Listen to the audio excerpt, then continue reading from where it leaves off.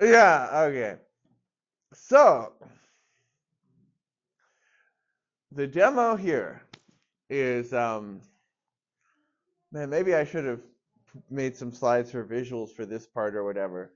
But there's this project called LLVM Moss. Basically, people have taken LLVM. There's this guy who it's his day job actually to work on LLVM, and his hobby is maintaining this fork, which is LLVM for the 6502.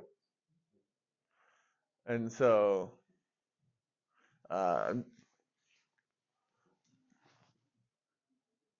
wow, it's taking a while to load the pictures. But you can believe me, if the picture were loaded, it would be "Hello World" on the VIC-20 written in C. But let me try reloading the page again. Yeah, here we go. Yeah.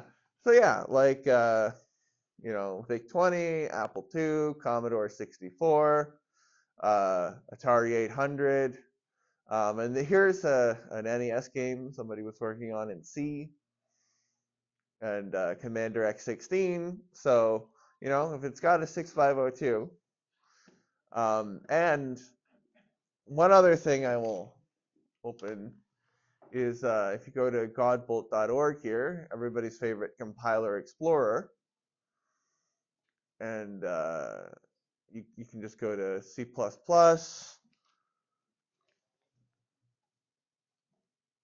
and if you scroll, you can find LLVM Moss for, and look, there's so many of these, but C64. And sorry, some of these flags here are for the N64. Um, so yeah, say, optimize it. So, and you can see what kind of assembly it would generate. These are 64-bit integers, so the assembly does not look great. But yeah, but I mean, just to show that you can generate some pretty decent assembly. Oh wait, sorry.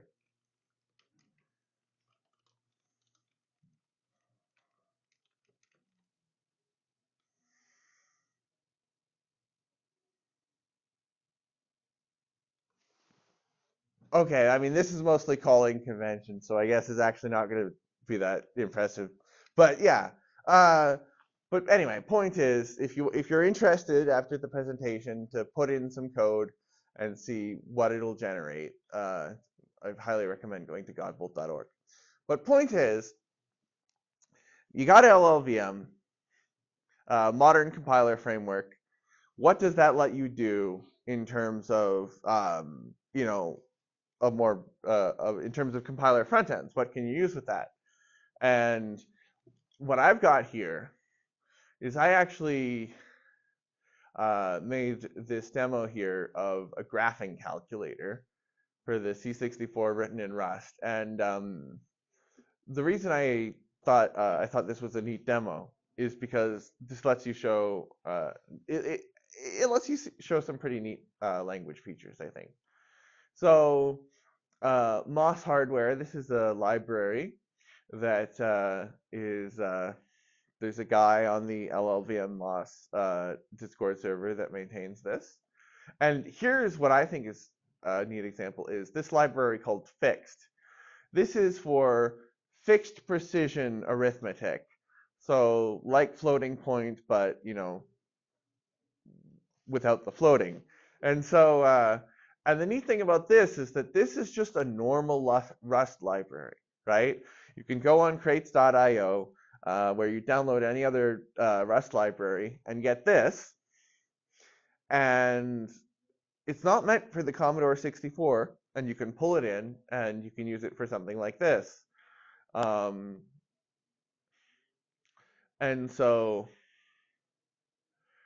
yeah, and so here I've just got, this nice Rust function here where I'm, fiddling with the VIC and setting some flags like, uh, bitmap mode, and then just writing to screen RAM, and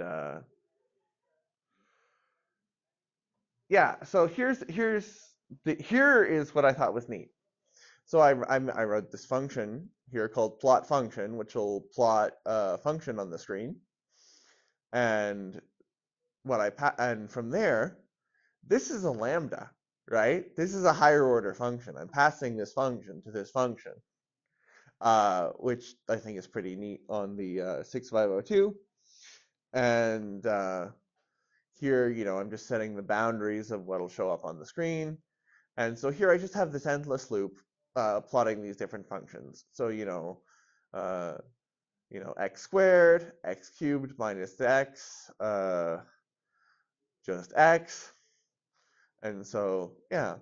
And so the plot function here, um, I could have made this a lot faster. What I do here is I actually do a bunch of math because the C64 lays out the pixels on the bitmap in these cells, and I was thinking, okay, there must be some faster way to skip a bunch of computations.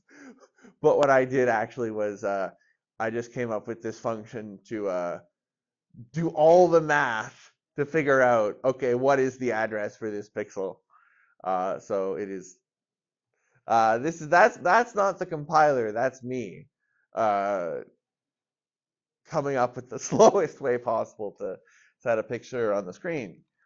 But if I compile this, you can see it'll pull in the libraries. Uh, most of these are just compile time libraries. It's not going to put all that into the executable.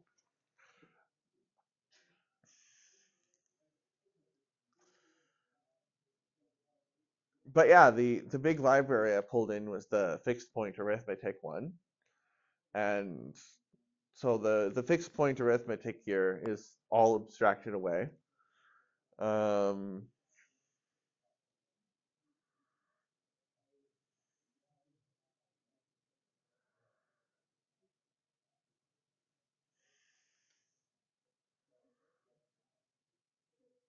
oh yeah, integer square root. I think I used that for something.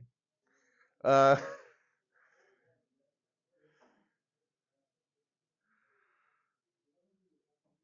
there we go. And so now that'll show up in target, MOS C64 none, debug. And notice I just get this PRG file. I can download this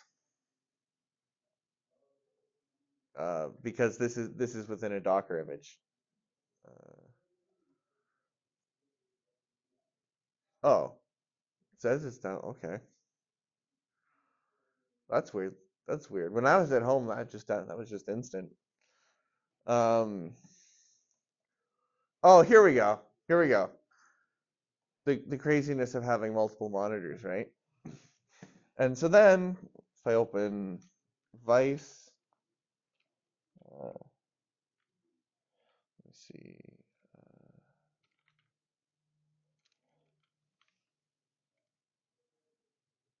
There we go. So I can just pull this up, smart attach, and open C60 PRG.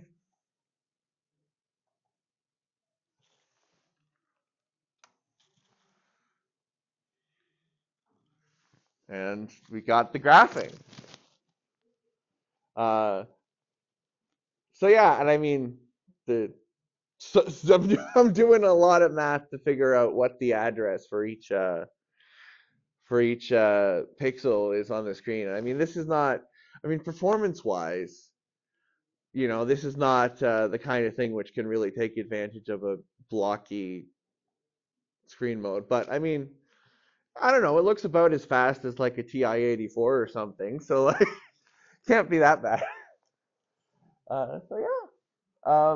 And so I guess from here, my idea was just I'd be I'd just take questions, fiddle with things in the code, and try and show what I can get it to do in Rust. So I don't know. From here on, it's the idea was a very open-ended thing. I don't know if you call that unprepared or what, but like, yeah. So like, I don't know. What should I change? I was just curious about the environment itself. So there's a website where you can compile the code. Yeah. So there's a modified version of LLVM. There's a fork of LLVM called LLVM Loss, right? And they've got a project on GitHub, and that also, if you just download that, that'll also give you Clang, and so you can use that for modern C, or you can use that for like C++ 26. Like not even out next version of C++ you could be using on the Commodore 64. Will it work Um, with any LLVM based language? and here's the thing, and this is Rust, right? And so the Rust compiler, like the reference Rust compiler, works with LLVM. Uh, all it needs is like a patch so that it's heard of the 6502 as a target platform, because upstream LLVM doesn't have that. And so just with this minor patch to the Rust compiler, it can work with this modified LLVM. And so that's a lot of compiling. But the guy who does the modified version of the Rust compiler, his username is MRKITS. Um, Sometimes with the dash, sometimes without a dash in between the K and the I. Uh, he puts out every few months a Docker image with the latest Rust compiler and the latest version of LLVM loss. And that's, I think, the easiest way to use all this, is just to get the Docker image. And how does it handle the exporting to PRG files? Is there something? Oh yeah, well, so it's just the modified version of LLVM. When it runs the compiler, its target format is just PRG files. So uh, so yeah, I mean, How big is that? the PRG file, it showed exactly when I went to open it. It's 6 point something. So I mean, it could be better, could be worse, I think.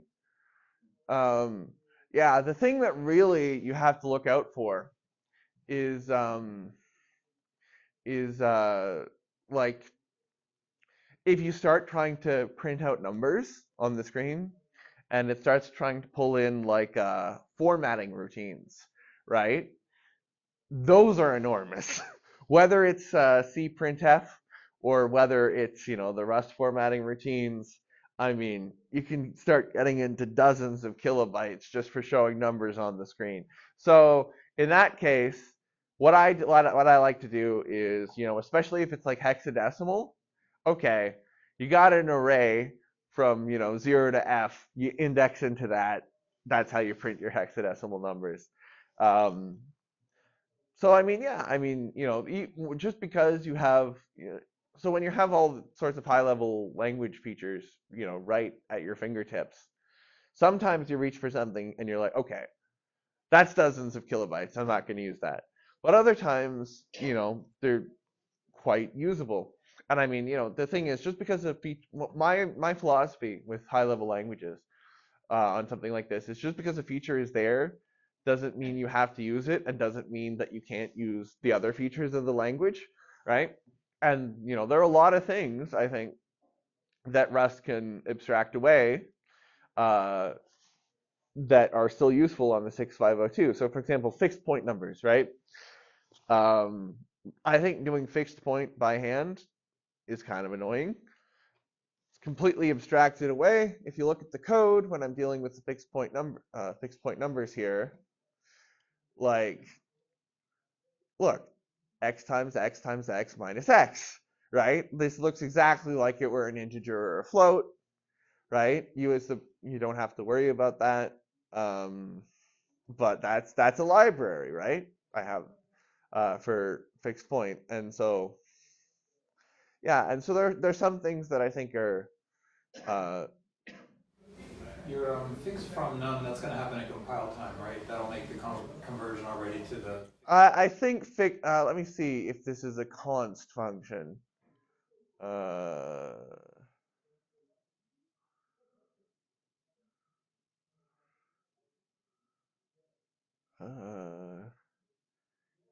is it? I'm trying to think if I hover over it, if it'll show me where this function is defined.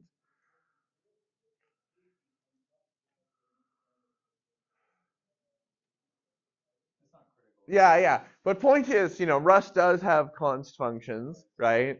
Where it's like, okay, the evaluation of this function is a const value, and so you could assign it to a compile time constant, stuff like that. So yeah, you very much could do something like this at compile time, even if it opted not to in this instance. Um, yeah, and so like, yeah, and I mean, you can do here, it's an example here. I'm just wrapping the C allocation functions to get dynamic memory allocation in Rust. So you can get, you can get all sorts of dynamically sized containers like vectors and that kind of thing. Those are actually um, pretty lean in terms of how much code they pull in. But of course, keeping track of how much memory you have free on the heap on something like the 6502 would be a bit more, not 652, on the C64 would be a bit challenging. So yeah, and here, so of course this is all dead code, right? This is when I was just playing around writing, uh, adding support for printing stuff on the screen. But so like here, if I go to the main function here, and I just comment everything out, one of the great things about LLVM is like it'll notice if you have dead code, right? So like if I don't call this plot function, it's not going to be included in the PRG. And so like, I could easily do like a hello world here. Actually, instead of using println, let me do what did I call? Oh, it's what did I call my function for printing to the screen? Oh yeah, IO write. That's what I called it. Yeah. And so you can just and one convenient thing about LLVM loss is it will convert your strings to Petsky at compile time. So I'm putting this uppercase. It's gonna be uppercase. No, I don't want to open the Rust documentation. What? Oh, it thinks I'm clicking the link. Okay. And by the way, I didn't want to bring my C64 all the way here with me, but a neat thing is the 1541 Ultimate 2 plus L, they keep adding stuff to the end, cartridge. It'll accept, you can send it a PRG over HTTP, and you can configure VS Code so that whenever you press compile, it'll reboot your C64 and run it. So yeah, let me download this. Download. Oh. Yeah, and then here we go. And then if I just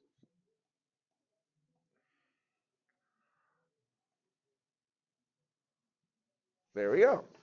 So yeah, it's you want to see the size? 148 bytes. 149. Yeah, 148 bytes. So yeah, that's the thing. Like I told you, if it sees that most of your code is useless, you are going to get a 148 byte executable, even in a high level language like Rust, and I think that's pretty neat. So yeah, I mean, again, very open-ended. I'll give me something to change, and I'll change something. Um,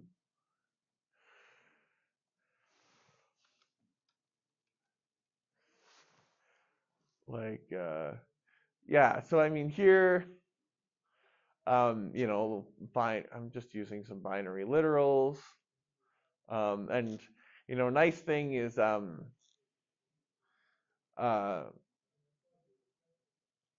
you know, you got, and I mean, this would be the same in C. You've got, you know, nice names for Vic registers.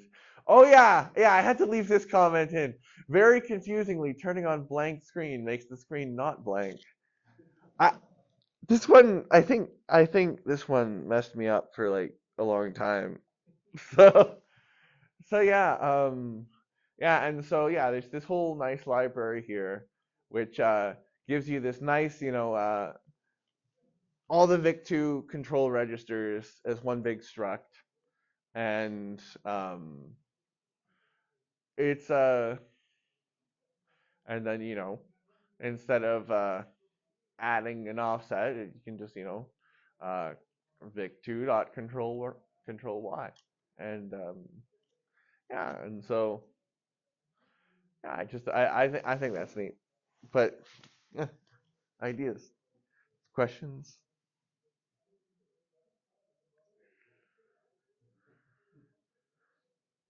Do you have maybe on the web, for the project, a list of LLVM languages that have a compiler with that? Okay, yeah, well, I mean, I can answer that off the top of my head even. So like the other big LLVM language is Swift, and I have not seen anybody doing Swift on the 6502 yet. I imagine it's possible. I imagine it would be really annoying because there's so much automatic reference counting built into the language. Whereas Rust, you know, you're not going to get something like that until you ask for it. Um, so like um, your big options are C. Oh, did I? Okay, yeah. Yeah, your big options are C, C++, and Rust at the moment. Um, so the wiki has got goes into, you know, the calling convention, stuff like that, so you can know you can look at but yeah, I mean, if I scroll down, you'll find stuff about C and plus. Oh, Zig. Oh, yeah, Zig. I guess Zig would be an option. I've never done much with Zig, but if you're a fan, I imagine it would work. Yeah, because it's quite similar to C and Rust in terms of what you can do with it. So for the sake of argument, say we were doing this in C, how would you compare maybe CC65 to the L and MOS? Yeah, so people have been doing, I mean, well, I mean, obviously interested party, but people, you know, the LLVM MOS developers have been doing quite a number of benchmarks, and for the most part have found that it definitely outperforms CC65 in terms of the generated code. Thing is, though, if you're pulling a modern compiler framework like this, compiling is going to take a lot longer. Like you're going to have to actually wait for your code to compile, right? But the generated code will be faster. Yeah, let me see. You know what? Just Google it because I know they've done benchmarks.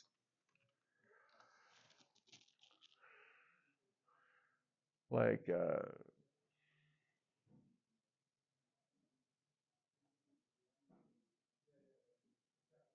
okay, this optimization guide. One thing though. Oh yeah, this is a big thing. CC65 doesn't pay as much attention to control flow. One of the things that's really revolutionary, and I mean, look, this is me doing the programming in Rust talk, so like I'm not as much of a compiler guy, but what I do know is um, it'll analyze the potential every way a potential function can get called. And this is a big thing. In CC65, you're trying to move everything into globals, right? Because if you have locals, that's on the stack and it's going to be slow. It can tell whether or not in the normal execution of a program, a function has to be reentrant. If it can prove this is a leaf function, it's not going to have more than one copy of the function running at the same time. Then it can give all of the locals permanent memory addresses. Those don't need to live on the stack. And so you don't need to modify your code as much as you would with C65. Like, if you look at my code, everything's local here, right? And it wouldn't improve performance to make it global because there's only one copy of the main function ever running at a time. And that's so trivially true that the compiler's always going to be able to detect that. Maybe, I mean, I know halting problem. It is possible to write a function where it's impossible for the compiler to tell whether or not it's reentrant, but usually you can tell, and usually the compiler can tell. Right. That is interesting. I mean, you keep your code a bit more structured and not Yeah. being bad when you're. Yeah, so like, there's no need to make everything global. It's not going to make it any faster. It can tell. One thing you do need, because of this though, is because it's going to assume in, and I mean, normally, one thing is here, you're always compiling with link time optimization. You're not compiling all your files separately. The compiler wants to see your entire program, because if it can't see your entire program, it can't know whether or not all your functions are like leaf functions. Thing is though, if you are compiling something separately, or if you're going to have some function which is triggered by an interrupt. Let's say you've got like a vic2 interrupt running every frame. There is a C attribute that you want to put on the function saying an interrupt calls this, because otherwise the compiler will not know that an interrupt calls this.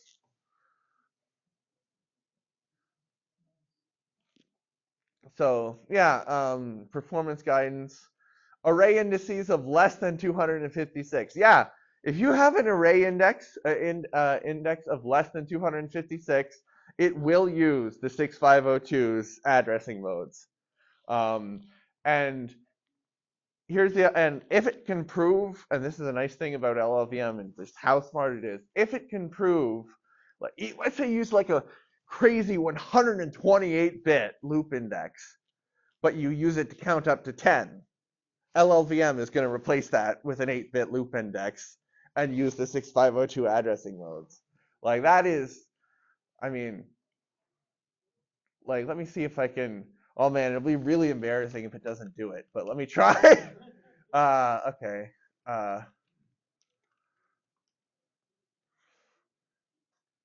Okay. Actually, well, this is hard. How am I going to get it to actually run a loop? Because it'll try and just pre-calculate everything. But like, okay, you know what? Let's say there's some external function called do something.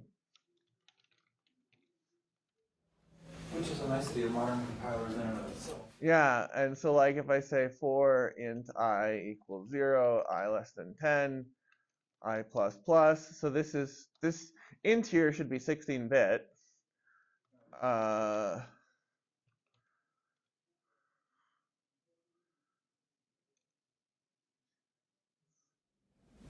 get a memory address, 1024. Wait, why did it compile that to an infinite loop? Non-void function does not return. Oh, it's undefined behavior. There we go. Or make the function void. So let me see. Load ARC20.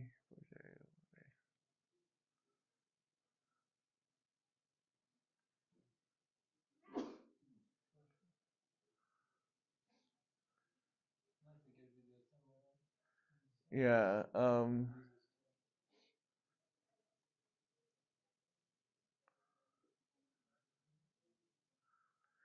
that doing a 16-bit addition? I don't think so, right? Because load x10, jump to 2, txa, right? Yeah, yeah, that's an 8-bit index, isn't it? Yeah.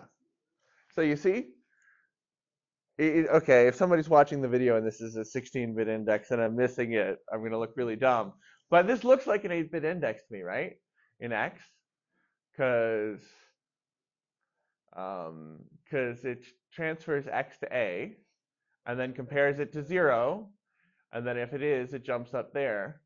Could you make the I even less than 10, like I less than 300 and see? Yeah, sure, sure. Oh, I did 3,000, but yeah, you see? Yeah, so it can tell whether or not it has to be an 8-bit index. It's smart enough to tell, even though you asked for a 16-bit index. If through static analysis it can prove in the control flow of the program that it will never overflow an 8-bit number, then it will use an 8-bit number. One thing I had heard or read recently about CC65 is that they kind of built the bulk of it so long ago, and there's not a lot of work to continue like optimizing it or making it better today. So this could be coming in at a good time. Yeah, I mean, well, the nice thing here is that it's decoupling the 6502 code generation work, which is, I think, what most people care about, right? From maintaining a C compiler. Because the C compiler here, this is, an industry standard C compiler. This is Clang, right? They have not, as far as I'm aware, they haven't changed Clang at all, right? All they've done is they've written, some C standard library stuff for the Commodore 64 and stuff like that, right? Clang here, this is just essentially unmodified Clang, and it's putting out LLVM bytecode, and the LLVM backend can perform all these optimizations, and it can benefit as many different programming languages as you can feed into it. So was this just a happy chance that somebody on the LLVM team was interested in retro technology? Yeah. I mean, yeah. And I mean, so this isn't upstream, right? And it's looking like, from what I understand, the LLVM project is not going to upstream this. But the guy who works on it at his day job does work on LLVM, and he wants to upstream as much as he can that's not 6502 specific to keep, like the delta between upstream and LLVM loss as small as possible to make it as easy as possible to maintain. Yeah. Nice. It's exciting. Yeah. And yeah, I mean, there's so much LLVM can tell. Okay, here's one that blows my mind. The stupidest addition function ever, right? You're gonna pass it integers a and b. Now, if a is equal to 0, then we'll return b. Otherwise, we'll return recursively calling the function a minus 1, b plus. Oh, I gotta make these unsigned. One moment.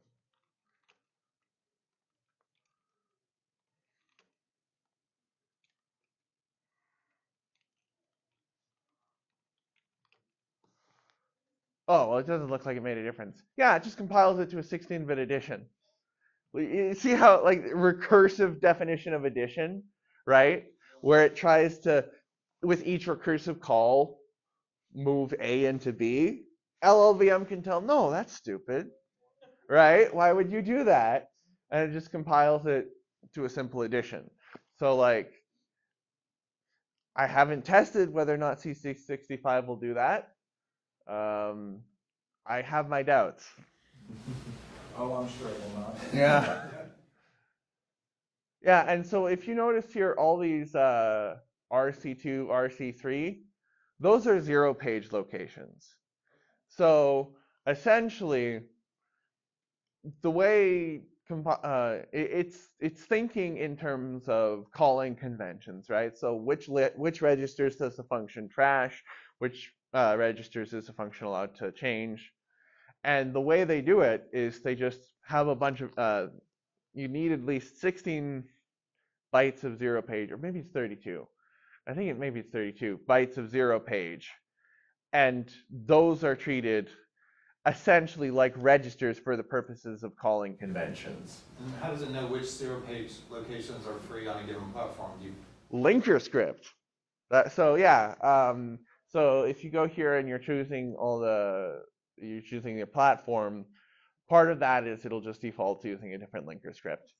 So when the compiler is compiling, it generates all these references to, so in the code of LLVM, it thinks of these in terms of registers, right? But then at the linking stage, these registers are finally resolved to be memory addresses, because the 6502 has got basically no registers, but RAM access is so fast that to explain something like this to a compiler framework that's thinking in modern terms, you got to tell it, okay, these are registers, right? Because that's what it knows about. Well, I mean, they often call Yeah. zero-page pseudo. Yeah, LLVM has never heard of super fast zero-page memory, but it has heard of registers. So yeah, and I mean, there's so many of these linker scripts already made. VIC-20, Supervision, I don't even know what that is. PET, PC Engine, NES, all sorts of different cartridge types. Mega 65, Ben Eater computer, Commander X16. Oh, the new CPM for the 6502. Commodore, Atari 8-bit. So yeah, lots of those. And oh, by the way, it does know about 65 CO2 instructions. So like if you compile for the Commander X16, it will be able to use all of those. Well, not all of those. They're only a handful, but those handful of additional instructions. And from what I've seen, it'll make essentially full use of those. Like, instead of LDA 0 store A, it'll use the store 0 instruction. Like it's pretty good at making use of that. This is, what web, I'm not reading real well, but anything. The web page? Yeah, godbolt.org. Yeah, Godbolt. Yeah, very, very impressive surname. This is it's maintained by this guy named Matt Godbolt.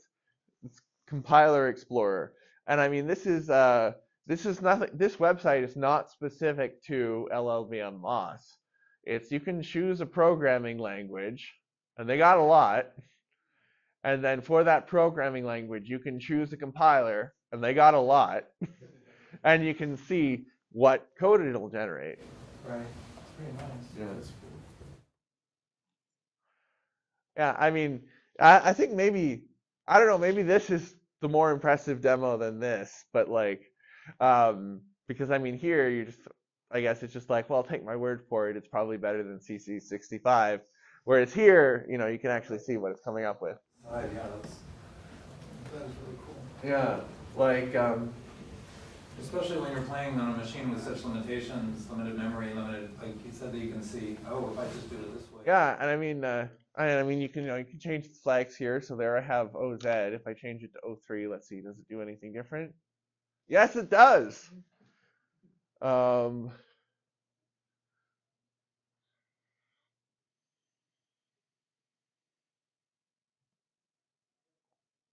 interesting. For O3, it'll check if there's a 0 to speed up the 16-bit addition. Whereas for OZ, oh, sorry. For OZ, it won't. That's optimized for size. On Clang, I think S might also work. Nope. Okay. Yeah. Z is optimized for size on Clang. S is optimized for size on GCC. So yeah. So for if you go for 03, it'll optimize for minimum execution time. And so here you'll see if it can take the short way out of doing a 16-bit addition by skipping it if if one of the bytes is 0. Whereas if you optimize for size, it won't add more code to save itself time at runtime. It'll generate shorter code. Compile time. So is that Clang doing the optimization, or is that LLVM? Sorry, what? The change between those two, is it Clang or LLVM, that's, you know. Well, okay, so Clang is the C or C++ compiler, and LLVM is the back end. These flags here are Clang flags. They're being passed to Clang, and then Clang is passing all sorts of intermediate information to the LLVM. Yeah.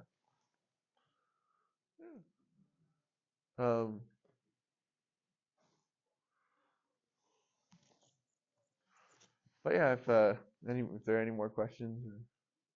Yeah. So, sorry, complete ignorance. So if I wanted to write the next great C64 game, I could use this. Like if I use C++ and wanted to write the next C64 game in C++. Yeah, if you knew C++ or Rust or whatever, yeah, and I mean it would probably perform better than if you wrote it in CC65. I would recommend keeping an eye on what it generates, right? You do want to look at the assembly. I mean, like I think maybe this is a controversial opinion, but I think that reading assembly is the more important opinion than writing assembly, because you want to know, okay, the compiler did something really stupid, right? And if that's the case, fiddle with the code a bit, maybe the compiler will come to its senses, right? Especially your Fortran, like really old. Fortran. That just throw that in. I'm thinking. I know the GNU project has a Fortran compiler. I'm not sure if there's a Fortran compiler for LLVM, but if there is, you could absolutely write your C64 game in Fortran. Don't write your C64. No retirement project. So does it do Pascal LLVM. Well, let me Google it. I think it does. Oh, okay. Free Pascal can target LLVM. Free Pascal? Okay. Okay. Well, I guess. Any final quick questions, or if not, then I will be wrapping up. All right. Well.